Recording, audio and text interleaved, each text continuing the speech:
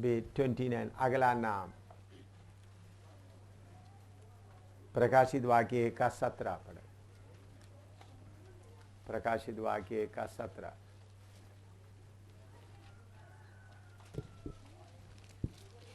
जब मैंने उसे देखा तो उसके पैरों पर मुर्दा सा गिर पड़ा।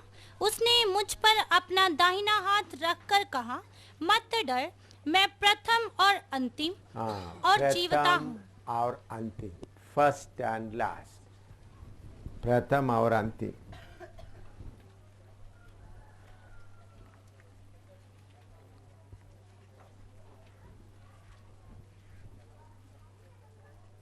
नंबर कौन सा है? 29, 29।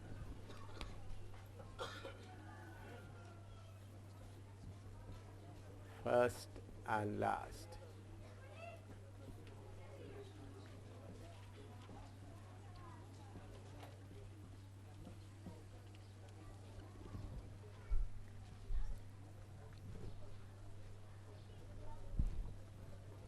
प्रार्थना करें।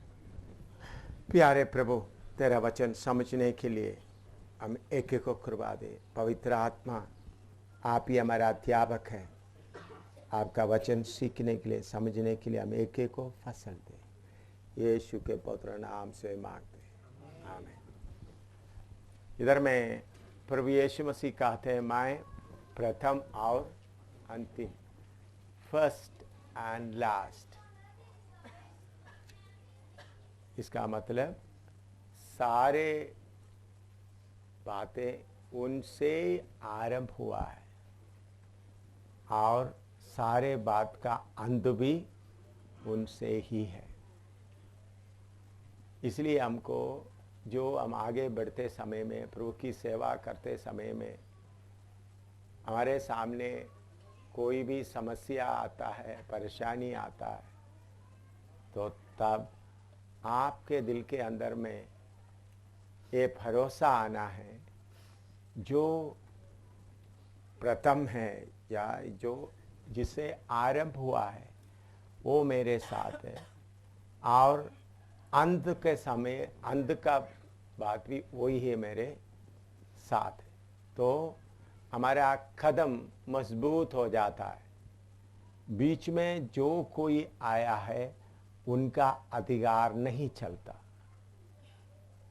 जो आदि से है, जो प्रथम और अंतिम, जो आदि से है, जिससे सब कुछ शुरू हुआ, जिसके द्वारा ही सब कुछ हुआ, वो मेरे साथ है।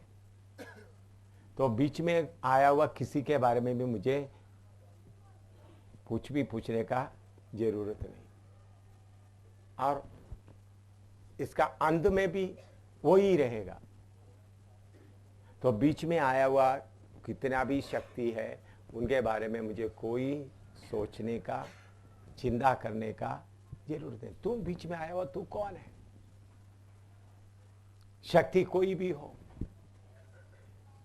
रुकावट कोई भी हो, समस्या कोई भी हो, आदि और अंत या प्रथम और अंतिम, फर्स्ट एंड लास्ट, जिससे सब कुछ शुरू हुआ, वो मेरे साथ है। तो मैं किससे चिंता करना है, किस बात में परेशान होना है?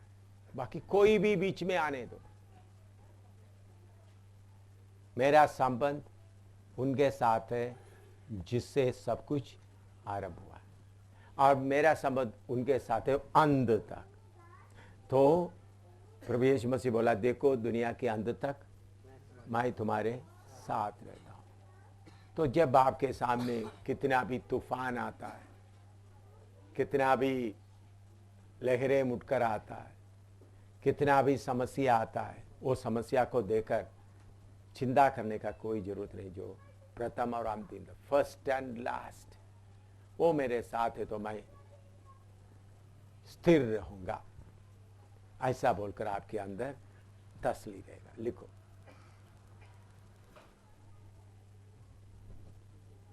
इस वचन से इतना समझना है, सब कुछ आदि और अंत। फर्स्ट एंड द लास्ट, प्रथम और अंतिम। इसलिए हम कहते हैं आदि और अंत तू ही है।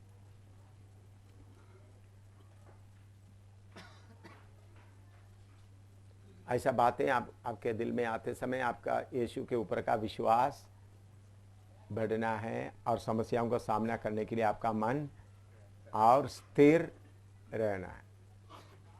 चाहे कितना भी तूफान बीच में आए, कितना भी समस्या बीच में आए, जो आदि और अंत वो मेरे साथ है।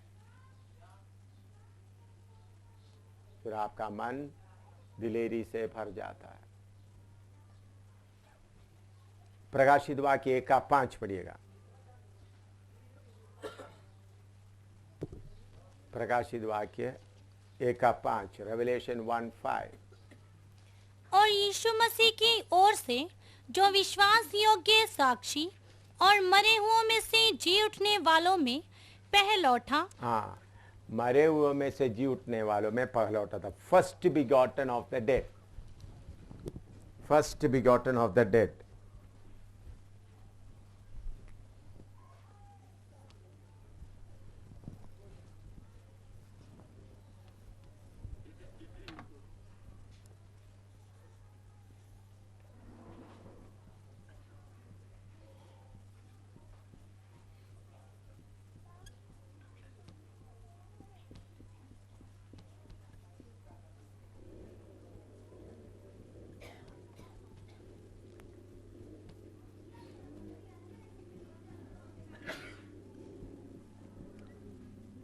First begotten of the dead, मरे हुए में से मरे हुए में से जुड़ने माह में पहलौठा। First begotten of the dead लिखो। पहला कोरिन्थी 15:20 पढ़िएगा। पहला कोरिन्थी 15:20। परंतु सचमुच मसीह मुर्दों में से जी उठा है, और जो सो गए हैं उनमें वह पहला फल हुआ। मरे हुए में से जी उठने का पहला फल। जो सो गए ऐसे में पहले जी उठा प्रभु यीशु मसीह। यीशु मसीह को जी उठाया है या जी उठा है? जी उठाया और जी उठे में कितना फर्क है? हैं? हाँ, नोट कर लो।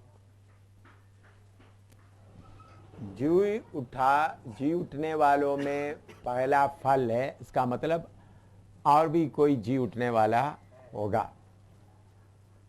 जी उठने का पहला फल।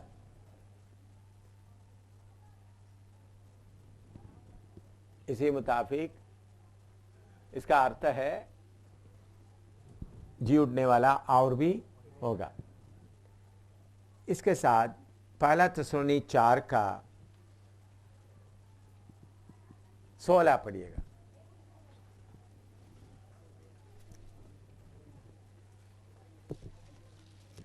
क्योंकि प्रभु आप ही स्वर्ग से उतरेगा, उस समय ललकार और प्रधान दूत का शब्द सुनाई देगा, और परमेश्वर की तुरही फूंकी जाएगी, और जो मसीह में मरे हैं वे पहले जी उठेंगे। मसीह में मरे हैं उसको प्रभु आकर जी उठाएंगे।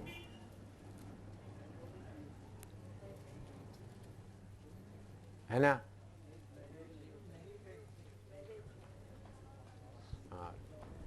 फर्क थोड़ा सा अच्छी तरह समझने के लिए कोशिश करें। मसीह में मरे उनको प्रभु आकर क्या करेंगे? उठो। हाँ, इधर में क्या लिखा है? जी उठेंगे। उसका मतलब क्या है? सोच कर बताएं।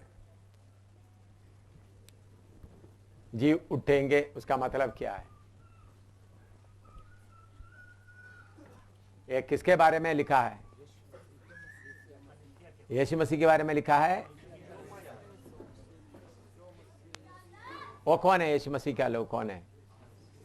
कौन है? अमेरिका में रह रहा है या हमारे बारे में लिखा है करके बोलने का हिम्मत नहीं है, हैं? हमारे बारे में नहीं है, हैं? अभी हम मरा नहीं है इसलिए, कभी हम जिंदा बैठा है। हाँ, जैसा यीशु मसीह, अच्छी तरह ध्यान से यीशु का लाहू की जय बोलो थोड़ी देर ताकि हमें जैसा यीशु मसीह जी उठा उसी मुताबिक हम लोग भी अगर मर गए तो आराम करने का जगह से हमारा आत्मा आकर हम अपने आप जी उठेंगे।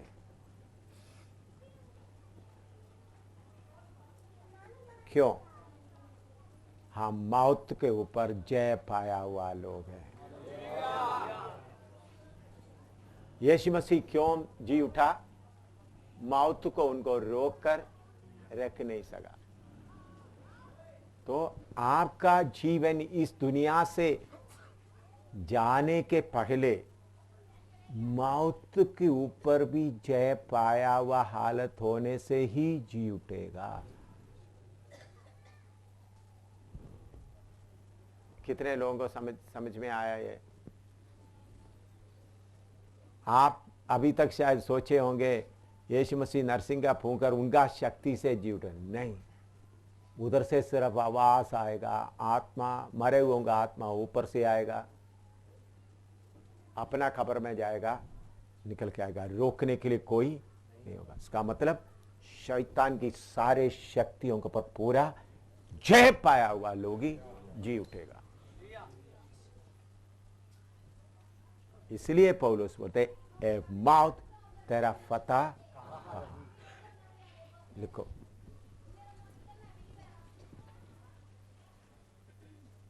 पहला कोरिन्थी 15 का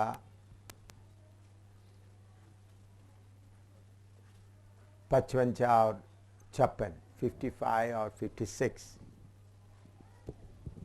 हे मृत्यु तेरी जय कहाँ रही? हे मृत्यु तेरा डंक कहाँ रहा? मृत्यु का डंक पाप है और पाप का बल व्यवस्था है।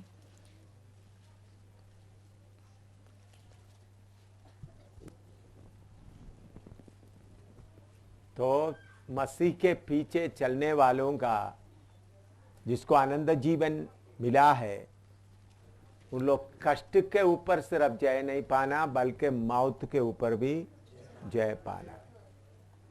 संसार में सब लोग मौत से डरता है। यीशु के पीछे चलने वाला असली में अपना जीवन दिया हुआ एक ही ग्रुप है जो मौत को नहीं डरते, क्योंकि यीशु मसीह के द्वारा हमारे अंदर जीवन आया। तो यीशु मसीह नरसिंगा फूंकते हुए हमको दोबारा मरे हुओं में से जी उठाने के लिए नहीं आता। हमको जब इशारा मिलेंगे, हमारा आत्मा प्राण स्वर्ग से उतर आकर अगर मर गया तो जिस कब्र में या जिधर में जलाएगा उधर से क्या करेंगे? अपने आप जी उठेंगे। कैसा है? मैंने बोला हुआ शब्द क्या है?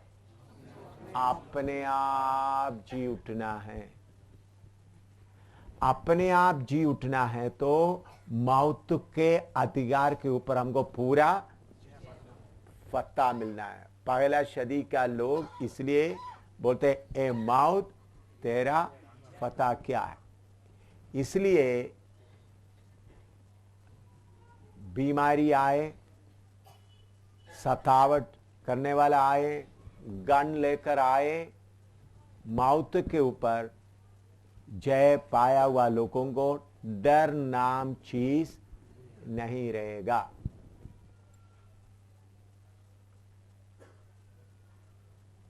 डर नाम चीज नहीं रहेगा। जगाधरी में मुझे मारने के लिए लोग आ रहा है करके मुझे मालूम था। स्टेज में अंशराज सैनिकों और अभिषेक को उन लोग छोटा छोटा मुक्का मार रहे थे, तो तब भी उन लोग देख रहे थे मुझे। मैं उन लोगों के बीच में खड़ा रहा, उधर में इकट्ठा हुआ, मारने वालों के बीच में खड़ा। उन लोग मुझे देख रहा करके मैं देख रहा था। मुझे मालूम था उनका निशाना मेरे ऊपर है। आत्मा भी बताया था मार तुम्हारे ऊपर आ रहा है। वो लोग स्टेज में उनको बोलो कोई भजन गाओ बोलकर अभिषेक को और अंशराज को बोल रहे थे, तो उनको इधर उधर में मार रहे थे। तब भी और मैंने देखा मेरे चारों तरफ गुंडे लोग आकर खड़े हो गए। मैं मेरे आंखों से देख रहा है मुझे मार दो, लोग सारा इशारा भी कर रहा है। तब भी मुझे जरा सा भी डर नहीं रहा, मैं उधर ही खड़ा रहा। मैं क्या कर सकता था? उनके बीच में से निकलकर थोड़ा स्टेज के पास आ सकता। आप लोग देखा होगा उस वक्त में स्टेज में मैं उनके बीच में खड़ा था, और उन लोग बिजली बंद करके मेरे ऊपर इतना जोर से कूदा तो भी मैं रोया नहीं। इतना बारिश ऊपर गिर रहा है, उसी मुताबिक पिटाई कर रहा था, मार रहा था पूरा आगे पीछे, इतना मार रहे, किक कर रहे कुछ। तो फिर मैं नीचे गिर गया, मनुष्य होने के कारण नीचे गिर गया। फिर घसीट के ले जाते वक्त भी मैं रोया नहीं। फिर बाद में स्वेटर वगैरह खींच लिया, शर्ट वगैरह उतार रहे थे, तो फिर इधर में जो जोर से बिठा कर जूतों से पाँव से मारते समय में इधर में थोड़ा ऐसा मुंह खोला, इतना मुझे याद है। फिर बाद में मैं बेहोश हो गया, मरा हुआ हालत में आ गया। मैं क्यों आपको बोलता हूं, एक बार का नहीं, बहुत बार हम पवित्र आत्मा पाया हुआ हो तो भी मौत के ऊपर का झंडा कितने लोगों के हाथ में है? मैं आज पूछता हूं, मौत का ऊपर का झंडा, मौत के ऊपर का झंडा आपके ऊपर होगा तो आप बंदूक के सामने मुस्कुराते हुए खड़ा रहेंगे, और मौत के ऊपर का झंडा नहीं है तो आप डगमगाए। बीमारी आते वक्त डगमगाएंगे, बंदूक लेके आते वक्त में डगमगाएंगे। लोग मेरे गर्दन में इधर में बंदूक रखा है, बड़ा स्टैंड गन रखा है। एक बार नहीं, कई बार मुझे बंदूक का सामना करना पड़ा, कई बार। उस वक्त मुझे डर थोड़ा सा भी नहीं आया, क्योंकि मौत तेरा फतह कहां है? मौत तू क्या कर सकता है? मुझे थोड़ा बिस्तरे में डाल सकते, मैं सो जाऊंगा, मैं फिर क्या होंगे? उठेंगे। तो इसलिए मेरे प्यारों, आपका जय का जीवन के बाद मैं बताऊं, पाप के ऊपर जय पाने से काफी नहीं है। पाप एक छोटा चीज है, कष्टों के ऊपर जय पाने से काफी नहीं है, तंगियों के ऊपर जय पाने से काफी नहीं, मौत के ऊपर भी जय पाना है। कब मौत के ऊपर जय पाना है?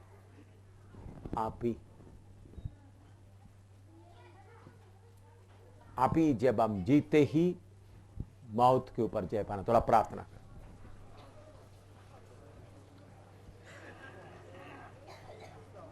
वचन समझ में आया तो प्रार्थना कर।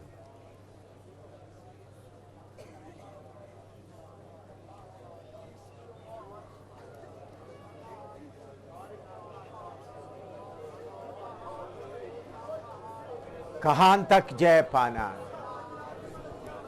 हमें रोके, पाप में जय पाने के लिए आपको मुश्किल हो रहा है,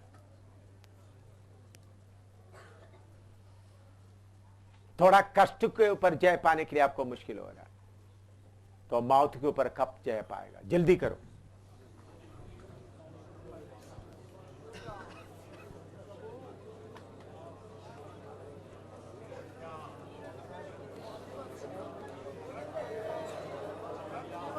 हर इच्छाओं के ऊपर जय।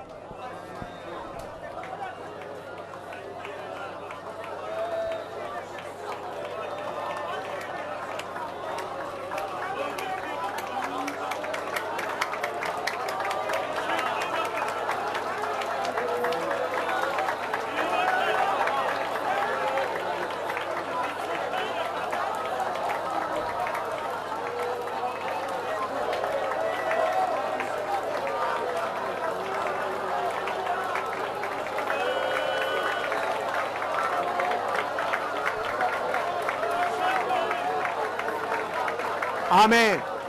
मौत के ऊपर भी फतह पाया हुआ फौज आगे बढ़ते वक्त उनको किससे डर होता है? मौत के ऊपर भी फतह पाया हुआ प्रभु का सेना आगे बढ़ते समय उनको किससे डर होता है? बोलो, मेरे साथ बात मालूम हो गया? मौत के ऊपर फतह पाया हुआ फौज आगे बढ़ते समय उनको किससे डर होता है? तो मेरे प्यारों, मौत के ऊपर जय कहां तक पाना है? मौत के ऊपर तक ही जय पाना। अभी आपका थोड़ा सा देखिए, आप अच्छी तरह समझे। आपको सीढ़ी चढ़ना है। मैं ऐसे एक सीढ़ी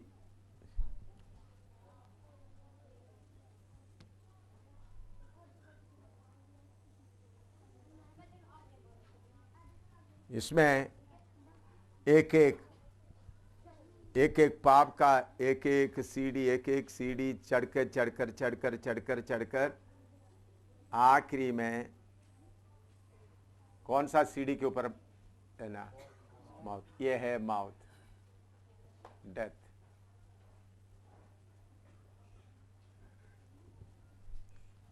झूठ बोलना, एक एक इच्छा, शरीर की इच्छा, कपड़ा, अपना नाम, ये एक एक सीढ़ी चढ़कर किधर आना है?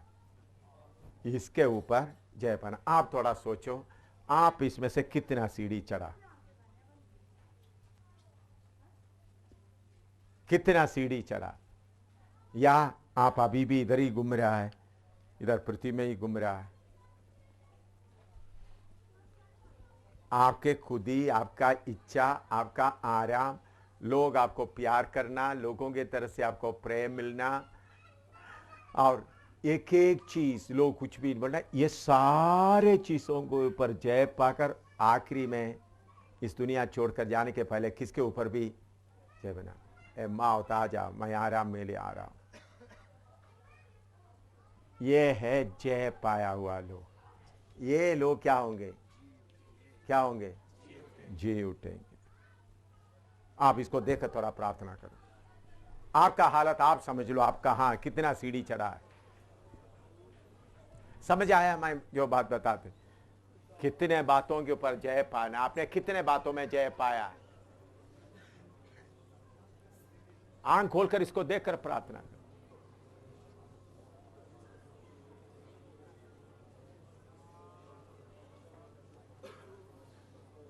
आंख खोलकर ये सीढ़ी, कैमरा ये सीढ़ी के ऊपर लगा है।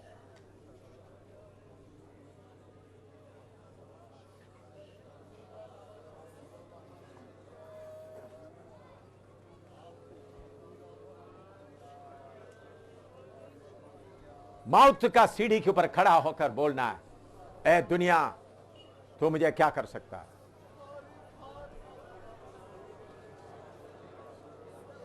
ए तलवार, तू मुझे क्या कर सकता है? ए बंदूक, तू मुझे क्या कर सकता है?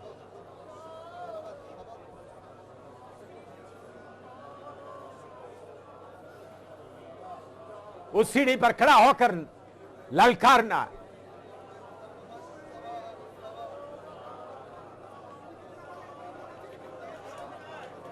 पहला सदी के लोग ऐसा ही थे।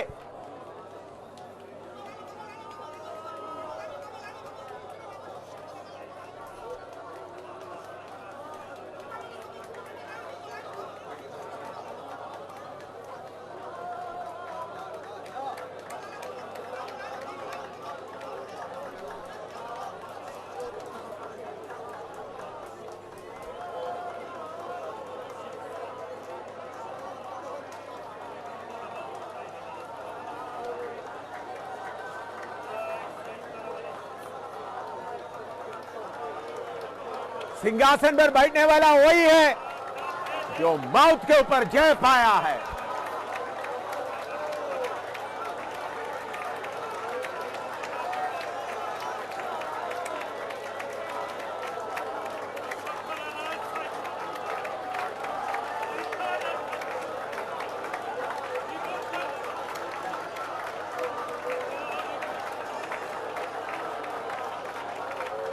के ऊपर पत्ता पाने के कारण स्टीफेनोस को पत्थर देकर डर नहीं आया।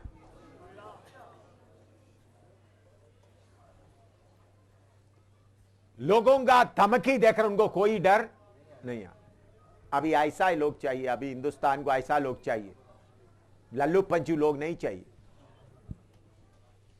जिसको जय पाने के लिए इतना टाइम लगता है। शैतान का इच्छाओं को तोड़कर फेंकने के लिए इतना टाइम लगता है, वो लोग मौत के नजदीक तक भी नहीं आएगा। अभी चाहिए मौत को दावा करने वाला। यीशु मसीह के द्वारा मौत को दावा करने वाला, मौत को देखकर ललकारने वाला चाहिए। उस हालत में आना तो बाकी सीढ़ी जल्दी चढ़ना है। शैतान को बोलो तूने इच्छा का रस्सी डालकर मुझे रोक रखा है, मैं चढ़ रहा हूं सीढ़ी, देकर चढ़ो। सारे इच्छाओं का रस्सियों काटो।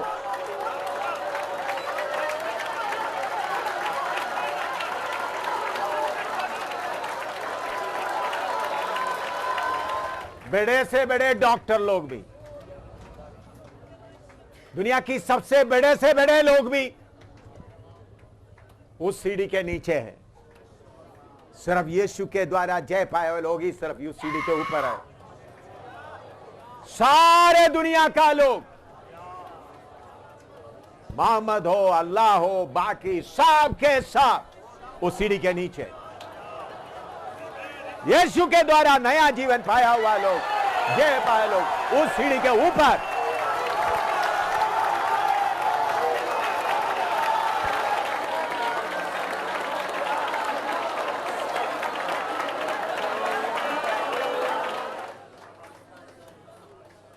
यीशु मसीह का सेना,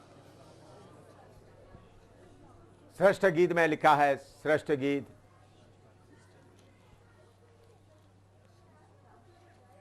6:10, Songs of Solomon 6:10।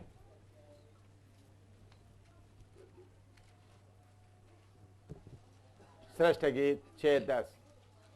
ये कौन है जिसकी शोभा भोर के तुल्य है, जो सुंदरता में चंद्रमा और निर्मलता में सूर्य और पताका फहराती हुई सेना के तुल्य भयंकर दिखाई पड़ती है। पताका लहराते हुए सेना का तुल्य।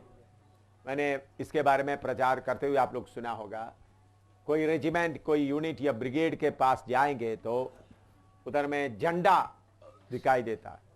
जिधर जिधर वो लड़ाई जीता है उधर में क्या है? झंडा है। जिधर जिधर में लड़ाई जीता है उधर झंडा है। तो सिर्फ यीशु की सेना एक ही है, सारे झंडा उनके पास है। मैंने बोला ये सीढ़ी में मौत आखिरी स्टेप है, मौत। उधर पहुंचने के पहले, उधर पहुंचना तो उसके नीचे बहुत सीढ़ियां हैं। आपका शरीर के इच्छाओं का सीढ़ियां। नाम चाहिए, इज्जत चाहिए, आराम चाहिए, लोगों के नाम सामने इज्जत चाहिए। थोड़ा कष्ट आने से रोता है। इन सारे बातों से जय पाया हुआ लोग है, जी उठने वाला लोग।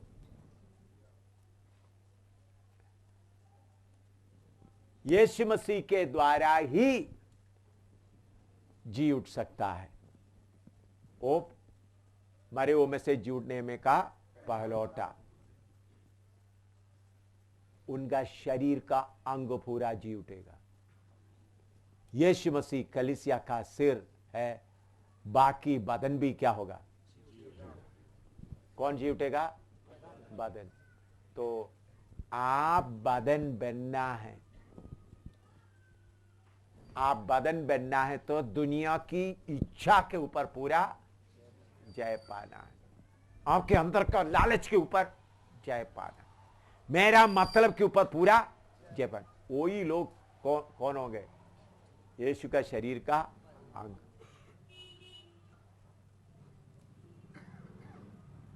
प्रभु ने एक मामूली जीवन के लिए आपको नहीं बुलाया। हमको छोड़कर बाकी दुनिया के जितने बाकी धर्म, बाकी संत लोग हैं, सब मौत के नीचे। मौत के ऊपर जय पाया वो ये अनंत जीवन पाया हुआ लोग। तो प्रभु ने आपके अंदर अनंत जीवन दिया है, तो आपका काम क्या है? हर बातों के ऊपर जय पाना है। शरीर को खुशी देने वाला स्वर्ग की बातों के ऊपर जय पाना। मैंने पिछले दिनों बोला, आपके अंदर एक कबूतर है, बाहर कौन है? सुअर। सुअर आपको सुअर उस सुअर के ऊपर जय पाकर, शरीर की इच्छाओं के ऊपर, शरीर के कामनाओं के ऊपर, अच्छा नाम, अच्छा इज्जत, अच्छा खाना, अच्छा आराम, लोग इज्जत करना, इन सब के ऊपर जय पाने वाला लोग को आखिरी झंडा कौन सा मिलेगा? मौत का झंडा। आप देखो आपके पास कितना झंडा है। मौत के पास जाकर बोलना, दे झंडा इधर, मौत झंडा दे। इसीलिए बोलते हैं मौत तेरा फतह। तो पवित्र लोग जय पाकर असली सिपाही बनकर झंडे के ऊपर झंडा होकर आखिरी में जाकर मौत को बोलेगा, इधर घुटना टेक, तुम्हारा झंडा भी मैं लेकर जाऊंगा। उसके लिए प्रभु ने आपको बुलाया। मामूली थोड़ा सा प्रार्थना करते हुए रोते रोते, अभी खाना नहीं है तो आप रोने वाला है, पेट में दर्द हो गया तो फिर रोने वाला है, या किसी ने आपको थोड़ा कुछ बोल दिया तो रोने वाला है, तो आप कौन सा सीढ़ी में आया? कितना सीढ़ी चढ़ना है? एक एक सेवक सोच ले कितना सीढ़ी आपको चढ़ने का है। मसीह में मरे हुए लोग क्या करेंगे? यीशु मसीह को किसी ने जी उठाया नहीं, बल्कि यीशु मसीह अपने आप जी उठा। अनंत जीवन मिलने का मतलब है, प्रभु यीशु ने बोला मैं अपने आप को प्राण देता हूं और उसको वापस लेता हूं। इसी मुताबिक जिसके अंदर अनंत जीवन मिला है वो प्राण देने के लिए तैयार हो जाता है। जाके आराम करो, समय पर तू क्या हो जाएगा? अपने आप उठकर आएगा। इतना बड़ा अधिकार यीशु के पीछे चलने वालों को ही सिर्फ मिला है। मौत का प्रधान दूत बांधा पड़ा है। मौत का प्रधान दूत आ गया था, ये पढ़ा था, मैं ये नहीं पढ़ाएंगे, शायद उनको आइडिया मिल गया होगा, उसके सामने बोल रहा हूं। मेरे प्यारों, आप कितना टाइम लगाएंगे ये सीढ़ी चढ़ने के लिए? अभी भी आप रो रहा है। ये सीढ़ी में चढ़ने वाला एक एक जय का झंडा, एक जय हो गया, दूसरा जय हो गया। कोई रोने वाला ये जय का सीढ़ी नहीं चढ़ेगा, रोने वाला इधर ही घूम रहा है। मैं हर कीमत दूंगा, मुझे शरीर का खुशी नहीं चाहिए, मुझे पति का प्यार नहीं चाहिए, मुझे पत्नी का प्यार नहीं चाहिए, मुझे बच्चों का प्यार नहीं चाहिए, मुझे दुनिया का इज्जत नहीं चाहिए, मेरा शरीर का कोई ख्वाहिश पूरा होने का जरूरत नहीं, मुझे चढ़ना। यह शरीर मिटने वाला, यह सुअर को मैं छोड़ने का है। यह शरीर मेरे साथ रह रहकर इनका मतलब पूरा करते जाएगा तो मुझे नीचे गिराएगा। इसलिए सुअर शरीर, सुअर तुमको मैं पांव के नीचे रोंद कर रखूंगा, तुम्हारा मांग मैं पूरा नहीं करूंगा, तुम जो चाहता मैं नहीं तुमको नहीं दूंगा।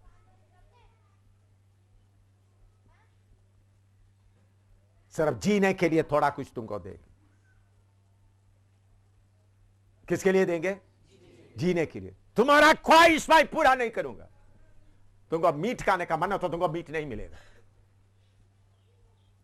मछली खाने का मन हो तो तुमको मछली नहीं मिलेगा। बांधो इसको। अंडा चाहिए, अंडा खाने का मन है तो तुमको अंडा नहीं मिलेगा। ऐसा बोलने वाला ही जय पाने वाले लोग हैं।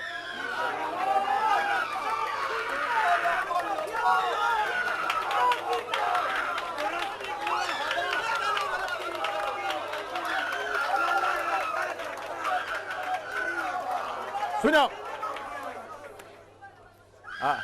प्रभु मुझे अंडा खा के इतना देर गया, अंडा चाहिए, जय पाए वाले होंगे वे नहीं। शरीर जो मानता है तुमको नहीं मिलेगा।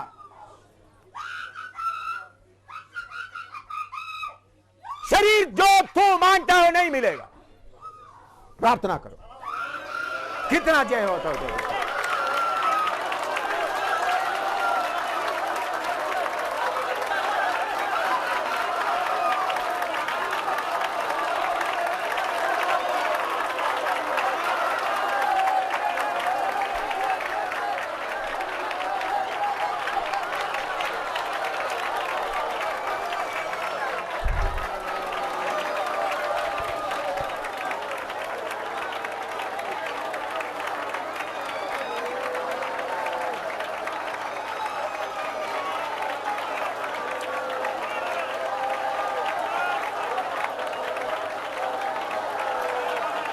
हालेलुया।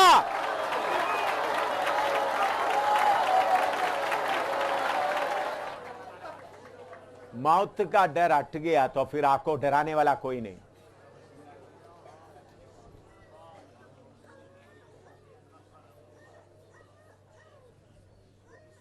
फिर आपको किसी बात का,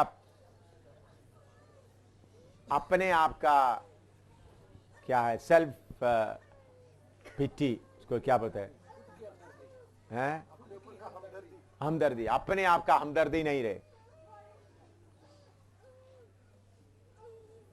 उधर मुझे जेल में बिठाकर लोग, एक आदमी आया, बुड्ढे बाल्टी लेके आओ, तो बाल्टी को उल्टा करके उसके ऊपर बिठा दिया।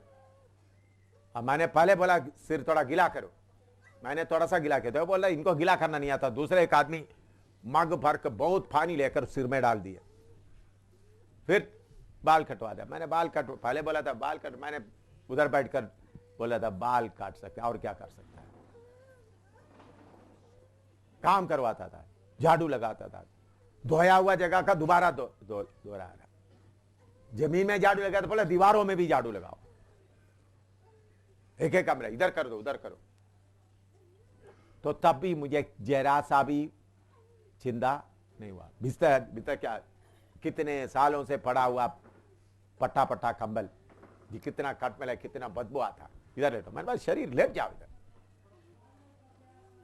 मुझे इतना भी निराशा नहीं आया, प्रभु मुझे क्यों, क्या हो, ये क्या हो रहा है, कुछ नहीं।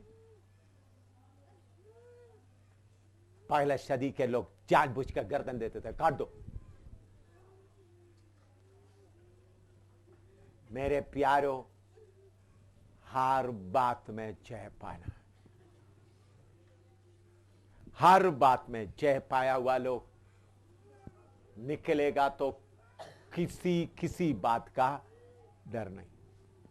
अभी मैं आपसे विनती करता हूं, जो जो बात आपके सामने आता है उसके ऊपर जय पाओ। जो इच्छा आता है जय पाओ।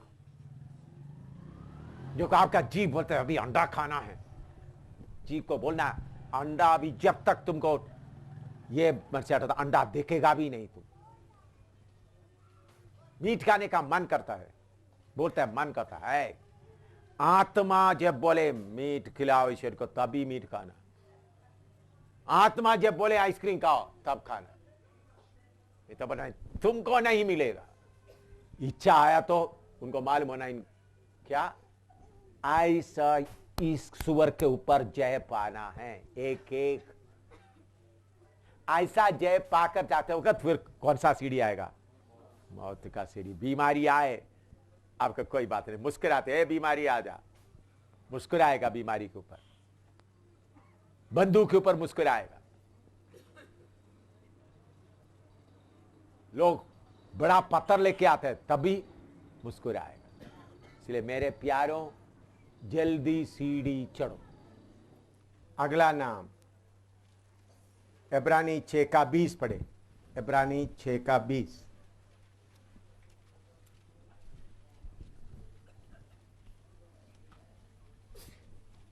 हिब्रू 6:20। जहाँ यीशु ने मलकीसिदक की रीति पर सदा काल का महायाजक बनकर हमारे लिए अगुआ के रूप में प्रवेश किया है।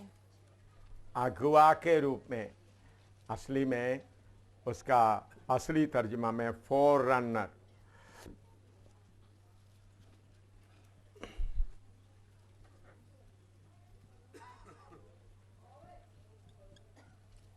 फोररनर हिंदी में अगुआ करके लिखा है। क्या है? फोररनर, आगे दौड़ने वाला। नाम क्या है? फोररनर। एक ही शब्द है, मैं दो शब्द करके लिखा है, करके समझना नहीं। फोररनर, फोररनर, ये नस्तिक में आना चाहिए, लेकिन ये मैं थोड़ा सा फोररनर, दो वर्ड नहीं,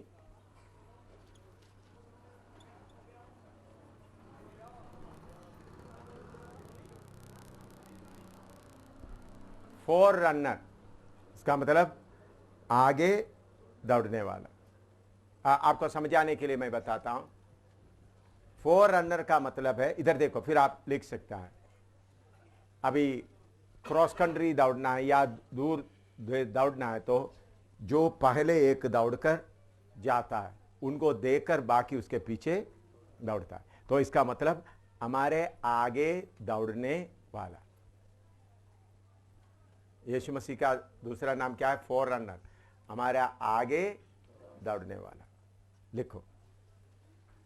मैं जब इधर देख रहे, मैं जब फौज में था, क्रॉस कंट्री दौड़ता था।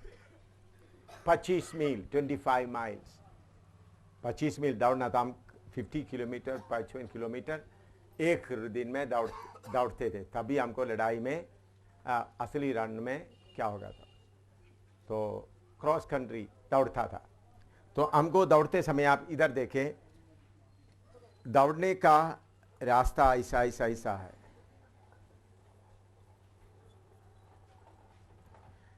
एक एक मोड़ में एक एक आदमी टिकट के साथ खड़ा। इधर में एक आदमी होगा, इधर में एक आदमी होगा, इधर में एक आदमी होगा, इधर में एक होगा, इधर में हर जगह में जाते वक्त एक एक आदमी का टिकट लेकर। अगर 30 टिकट है तो दौड़ने सीधा इधर से दौड़ेगा तो उनको पहले क्या दिखाना पड़ेगा? पहला, क्योंकि एक एक पॉइंट में गया है। समझ में आया? इसी मुताबिक यीशु मसीह हमारे आगे इस दुनिया में जिधर गया उधर से दौड़ने से ही दौड़ पूरा होगा। कितने लोगों को समझ में आ रहा है? यीशु मसीह जिस मोड़ में कहां से कहां गया, उस हालत में जाने से। आजकल कुछ लोग क्या बोलते हैं? यीशु मसीह हमारे लिए कष्ट उठाया, इसलिए सीधा हम क्या जाएंगे? उधर जाएंगे। हालेलुया। यीशु ने कष्ट उठाया, हमको कोई कष्ट उठाने की। यीशु ने दौड़ लिया, हम क्या करेंगे?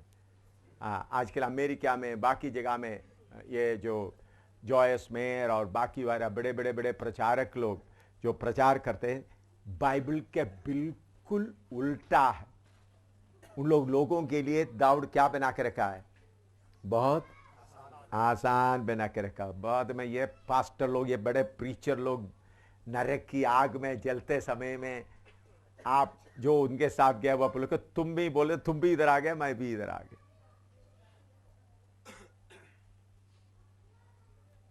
प्रभु ऐसा प्रचारकों को खड़ा करने के लिए खड़ा होने क्यों मौका देता है?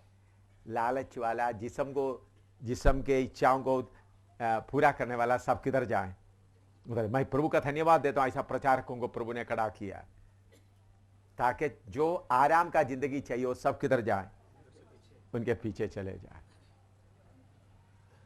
देखो प्रभु ने कैसा किया। पहले पापों से, दुनिया की चीजों से छुड़ाने के लिए आपको बहुत शराब, नशा, गंदा का बहुत रखा है। उसमें से जीने वाला किधर आता है? मसीह में। मसीह में आने के बाद शरीर का खुशी, शरीर की इच्छा को पाने वालों को और बाद में कितना निकलेगा? कितना निकलेगा? थोड़ा ही। इसलिए बोलते हैं बुलाए हुए बहुत है, चुने हुए थोड़ा। लिखो, हाँ जल्दी लिखे, इधर देखें। अभी जल्दी जल्दी आपको थोड़ा यीशु मसीह का दौड़ कहां कहां से है थोड़ा आपको बताता। बहुत बात बताना है, उसके लिए समय हमारे पास नहीं है, सिर्फ आपको याद दिलाने के लिए। सबसे पहले यीशु मसीह सेवा शुरू करने के पहले कैसा रहा? लूका 2 का 51-52 पढ़िएगा।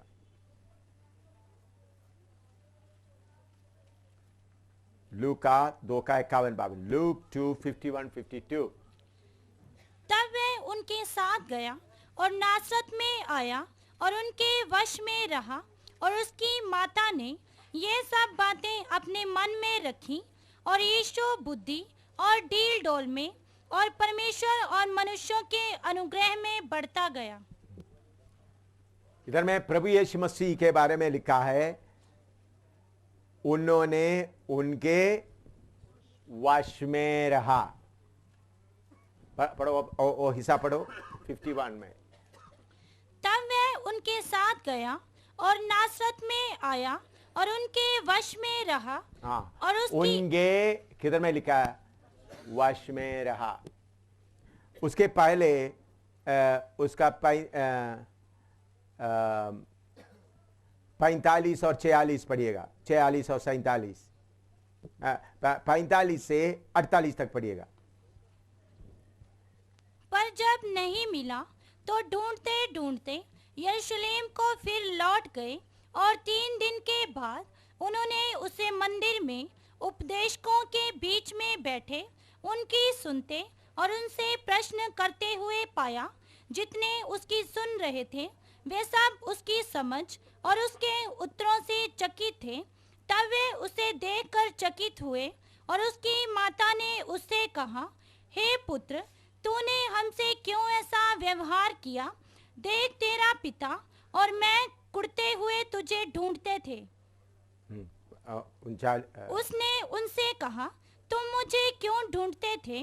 क्या नहीं जानते थे कि मुझे अपने पिता के भवन में होना अवश्य है? हाँ, देखिए यीशु मसीह को ये वचन इसलिए पढ़ा है, यीशु मसीह को खुद मालूम था बचपन में वो कौन है।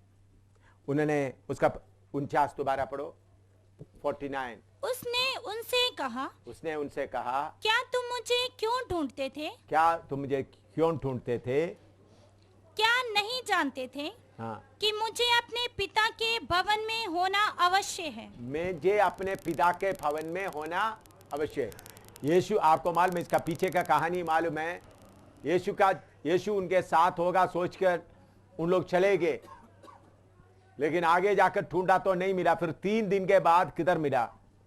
मंदिर में मिला, भवन में मिला। उधर में शास्त्रियों से बैठकर क्या कर रहा है? बात कर रहा है। इससे आपको मालूम होता है यीशु को वो कौन है करके अपने आप को मालूम था।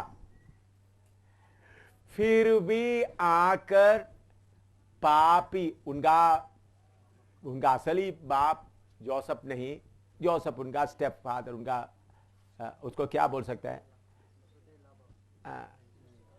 उनका छोटे उनका मरियम का पति,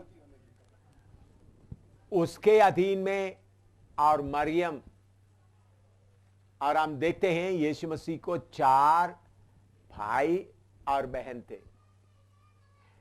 एक पवित्र परमेश्वर होते हुए भी जोसेफ जो जरूर झूठ बोलते होंगे, झगड़ा करते होंगे, उसके अधीन में भी रहा। मैं आज भी एक बहन से मैंने बताया, अपना पति कुछ भी करे, आप कोई सवाल नहीं पूछना, आप उसके अधीन में रहा। वो बहन आज इधर बैठे हुए हैं। आपका पति कुछ भी करे, मैंने बोला आपका पति कितने औरतों को लेके आए, वो भी बताया। आपके सामने औरतों को रखे तो आप उसके अधीन में रहना। वो बहन सुन रहा है मैं जो बोला हुआ बात। इसमें आपका पवित्रता आप कितना कितना अच्छा है प्रकट कर। अगर आपका पत्नी आपके खिलाफ चलता है, परवाह ना करते हुए चलना, उसका जबरदस्ती पकड़कर जानवर की तरह अधीनता में बनाने का नहीं। बाइबल में यह नहीं लिखा पत्नी को अधीनता में लाओ, पत्नियों को लिखा है क्या करना, अधीन में रहो। तो पत्नी लोग भी, मैं आपको बता, जैसा यीशु मसीह पापी लोगों का अधीन में रहा, आपका पति 3 औरतों के साथ चल रहा, आपको क्या हो गया? आपके सामने औरत को लाकर उनको खाना खिला रहा है, पैसा दिला रहा है, आपका रेशन भी, आपका कपड़ा भी, आपका साड़ी भी निकाल कर दे रहा है, आपका कुछ ले जाओ। अगर आपके अंदर जलन आता है तो आप जय पाया हुआ व्यक्ति नहीं, आपके अंदर जलन आता है, आपका मुंह खोल कुछ बोलता है तो आप स्वर्ग में नहीं जाएगा। वो पत्नी किधर नहीं जाएगा, किधर नहीं जाएगा। कितना गैर जबान बोलने से, आप लोग सोचना गैर जबान बोलने से स्वर्ग में जाएगा, कोई नहीं सोचना। मैं गैर जबान बोल रहा हूं, स्वर्ग जय पाया हुआ लोग जाएंगे। ओ मैं लगातार गैर जबान बोलता हूं, नहीं। आत्मा आपको दिया है ताकि आप क्या करें, आत्मा के जरिए से उसको जय पाए। आपका पति कितना भी गरीब क्यों ना हो, कितना भी गंदा क्यों ना हो, आपके सामने से चावल का प्लेट निकालकर लैट्रिन लाकर रखने वाला भी हो, उसके अधीन रहे।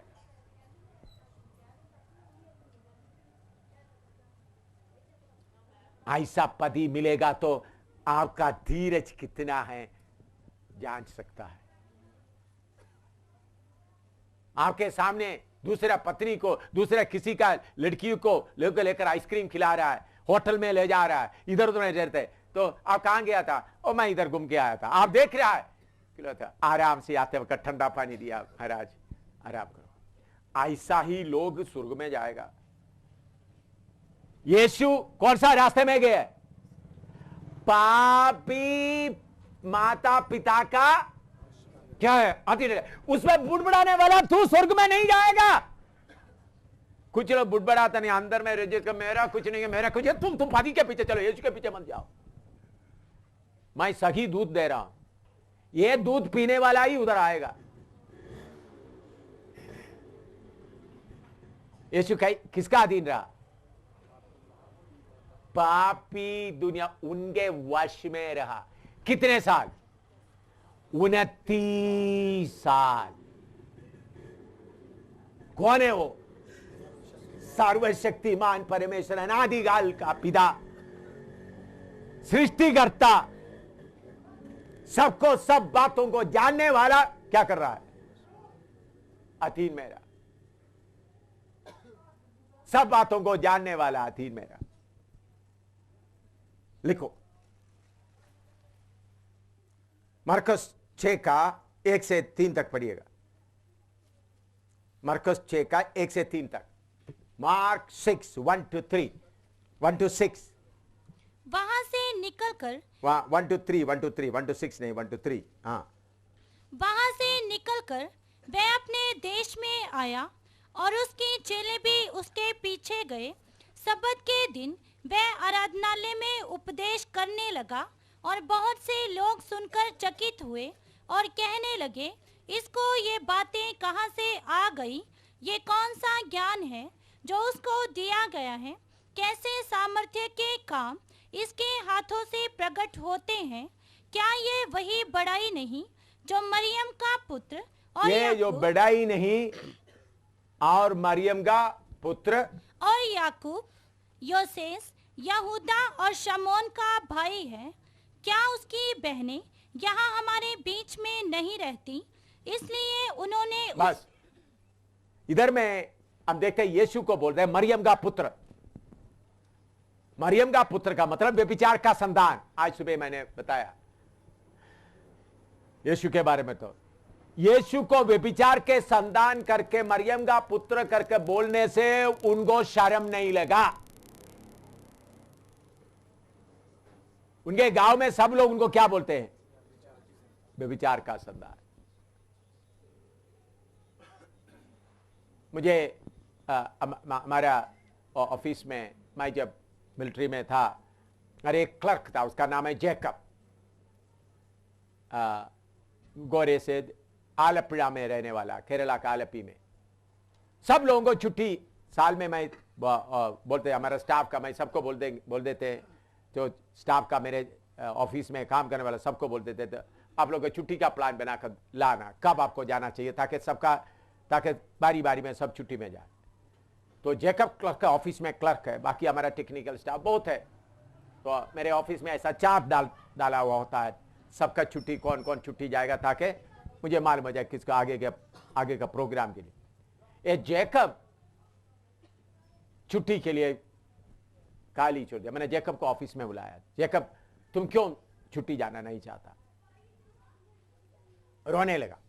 पढ़े लिखे आदमी है, क्लर्क है, अच्छा क्लर्क है, हेड क्लर्क नहीं था, दूसरा हेड क्लर्क और एक सरदार जी सुबेदार था। मैंने बोला क्यों आप रो रहा? उन्होंने मुझे बोला मैं मलयाली है, वो भी मलयालम में बोलने लगा। जब मैं घर में जाते वक्त दुकानों में इधर उधर में लोग मेरा मम्मी का नाम लेकर बोलते, मेरा पापा का नाम नहीं बोलता है। मैंने क्यों? मेरा मम्मी का आदत सही नहीं था। मेरा पापा पहले कल फौज में था, उस समय मैं किसी आदमी के द्वारा जन्म लिया। मेरा पापा मर गया, मुझे कबूल नहीं किया, मैं उनका बेटा हूं, तो मैं गोरा सा हूं, तो इसलिए मैं व्यभिचार का संतान है करके सब लोग दुकान में बैठकर इधर बैठकर बुड़बुड़ाते। वो सुनते सुनते मैं क्या हो गया, थक गया। मैं ये शर्मिंदगी उठाने के लिए मैं घर में जाना नहीं चाहता, रो रहा था। बाकी लोग घर में जाने के लिए खुश है। जैकब को क्या है, मैं बाप का बेटा नहीं हूं, मां के नाम से मुझे पुकारा जाते तो शर्मिंदा में। उस वक्त मैंने जैकब को फिर मेरे घर में बुलाया, सुसमाचार सुनाया, यीशु का बात बताया। उन्होंने उद्धार पाया, बपतिस्मा लिया। प्रभु का धन्यवाद। मैंने क्यों ये बात बताया? यीशु मसीह मरियम का पुत्र का निंदा सहने के लिए यीशु को कोई नहीं था। आप लोगों को छोटा सा निंदा का बात आते वक्त कितना सफाई पेश करने के लिए आप जाता है। तो आपको यीशु के पीछे चलना है, तो अगर निंदा का इधर में आना तो निंदा का टिकट भी लेना है। निंदा तुम कितना बदनामी, समझ लो ये जगह का नाम क्या है, बदनामी है। इधर भी आकर कितना भी तुम मुझे बदनाम करो, मैं लेने के लिए क्या हूं, तैयार। खुशी से यीशु के पीछे चलने वाले खुशी से, आनंद से। इसलिए पौलुस बोलते हैं लोग हमको निंदा करते हैं, हम क्या करते हैं, उनको आशीष देता है। पौलुस बोलते हैं लोग निंदा करते हैं, हम क्या करते हैं, आशीष। हम क्या करते हैं, निंदा करते हैं, मैं ऐसा नहीं हूं, मैं ऐसा नहीं हूं करके आप लड़ना शुरू करेगा। उसका मतलब आप किधर नहीं आया, इधर नहीं आने से इधर नहीं पहुंच सकता। आखिरी पॉइंट यह है, समझ लो,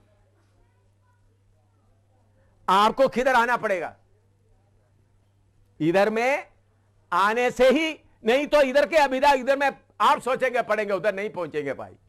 तो निंदा का, भाई एक एक बात है, निंदा का पूरा क्या करना है? सहना है। मैंने पहले बोला अधीन था। एक पॉइंट इधर देखो, इधर में अधीन, पापी लोगों का अधीन रहा। इधर में क्या कर रहा है? निंदा का अधीन रहा। यीशु के पीछे चलना है। पापी लोगों का अधीन रहा। पति कितना भी खराब है तो आपको क्या करना है? उसके अधीन रहना है। प्रभु इस क्रूस के लिए तेरा धन्यवाद हो। पत्नी कितना उल्टा चलने वाली है, दूसरा पति के पीछे, दूसरा लड़कों के पीछे जा रहा है, कोई बात नहीं। दूसरे लड़कों के पीछे या आदमियों के पीछे जाते तो आप नहीं, मेरा पत्नी दूसरे लड़कों के पीछे या आदमियों के पीछे जा रहा है, चलो मैं उनको पैसा नहीं तो उनको डबल पैसा देना, जाओ आज जितना करो। उनको 11 करोड़ के आदमी, आपका शरीर का ताकत इतना बड़ा है दिखाने का, तो आप स्वर्ग में नहीं जाएंगे। जाओ। निंदा का। फिर उसके बाद बोलता है कारपेंटर। यीशु मसीह इतना बड़ा आदमी होते हुए उधर बड़ाई का काम किया। उन्हीं दिनों में कारपेंटर दुकान नहीं होता था। घर घर में क्या करता है? बोरी में क्या लेकर जाएगा? सामान लेकर, औजार लेकर जाएगा। कोई काम है? एक एक घर में आकर पूछेगा कोई काम है? तो किसी घर में जाकर बोलेगा हमारा मेज थोड़ा ठीक करो, हमारा दरवाजा बताओ। तुमको बोला पैसा दे दो, पैसा नहीं। यीशु को मालूम है उधर में क्या है? पैसा पड़ा है, पर भी कोई बात। 2 दिन के बाद आ जाओ। 2 दिन में क्या है? भाग जाओ। ये भी यीशु ने सहा है। लिखो मत्ती 12 का 1 पढ़िएगा। उस समय यीशु सबत के दिन खेतों में से होकर जा रहा था और उसके चेलों को भूख लगी तो वे बालें तोड़ तोड़ कर खाने लगे। फरीसियों ने ये देखकर उससे कहा, देख तेरे चेले वह काम कर रहे हैं जो सबत के दिन करना उचित नहीं। हाँ, इधर में प्रभु यीशु मसीह अपना चेलों के साथ चलते समय में उनको क्या हुआ? भूख लगा। 5 रोटी लेकर 5,000 को खिलाने वाले उनके साथ वाला भूखा। क्या उधर में कोई ना छोटा सा चीज लेकर के उनको बढ़ा नहीं सकता था? थोड़ा ध्यान से सुनना। यीशु का चेला भूखा रहने का कोई जरूरत था? उनके पास कोई शक्ति नहीं है। शैतानी खुद बोलता है तुम पत्थर को रोटी बना दो। यीशु को अपना चेलों को खिलाने के लिए कोई मुश्किल नहीं था। फिर भी मनुष्य होते हुए हमारे आगे चलते समय में भूखा रहा। उनका चेला भी क्या हुआ? भूखा रहा। एक बार चुंगी देना था, उनके पास कोई पैसा नहीं था। जाकर मछली पकड़ा, मछली के मुंह से निकाला। इस रास्ते में भी यीशु गया। शरीर के भूख भी सहते हुए यीशु गया। लिखो लूक 9:57 और 58। लूक का 9 का 57-58। जब वे मार्ग में जा रहे थे तो किसी ने उससे कहा, जहाँ जहाँ तू जाएगा मैं तेरे पीछे हो लूंगा। यीशु ने उससे कहा, लोमड़ियों के भट्ट और आकाश के पक्षियों के बसेरे होते हैं, पर मनुष्य के पुत्र को सिर धरने की भी जगह नहीं। मनुष्य का पुत्र को सिर धरने का भी जगह नहीं। यीशु मसीह एक परदेशी हालत में चलता रहा। उस जन्म होते समय में किधर जन्म लिया? रास्ते में, वो मैंने बताया नहीं। इतना गरीब बनकर आया, उनको रहने के लिए भी जगह नहीं। परदेशी बनकर रहा। लिखो,